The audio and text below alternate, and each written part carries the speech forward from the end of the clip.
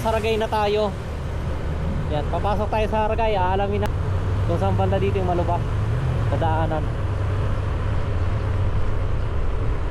Ayan, update sa daanan sa Saragay. Ayan, may mga tapal naman. Kaso lamang yung may butas. Ayun, katulad mo. Kaya dito tayo dumaan.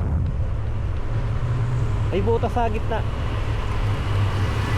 Ayan, naka-asfalto. Tapos pagdating doon sa baba, wala na ulit. Boy!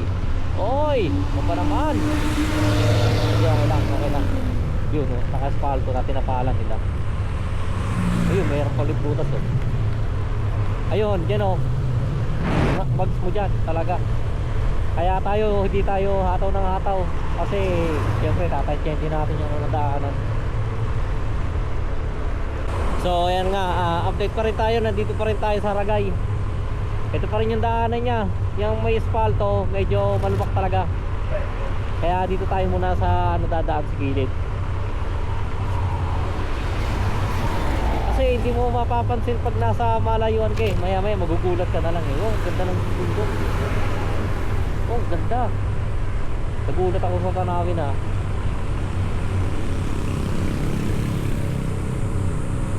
Then nga ano, tapos lilipat ulit tayo ng lane. Tapos may kotse.